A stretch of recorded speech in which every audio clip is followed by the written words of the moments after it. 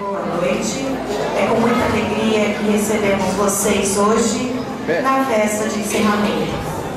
Escolhemos as obras do pai da literatura infantil, Monteiro Lobato, para a nossa festa deste ano. É um dos episódios, As Aventuras do Sítio do Pica-Pau Amarelo. Emília e sua turma viajam pela mitologia grega e encontram um personagem assustador, metade homem, metade touro, o temido Minotauro.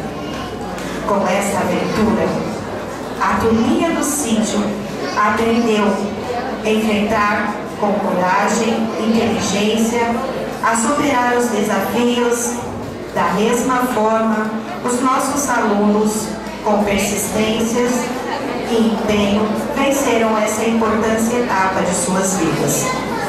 Com vocês, os alunos do níveis 2, A e B, das professoras Luciana e Camila, e os alunos dos primeiros anos A e B, das professoras Daniela e Vanessa, com o tema O Sítio do Pica-Pau Amarelo em A Lenda do Minotauro.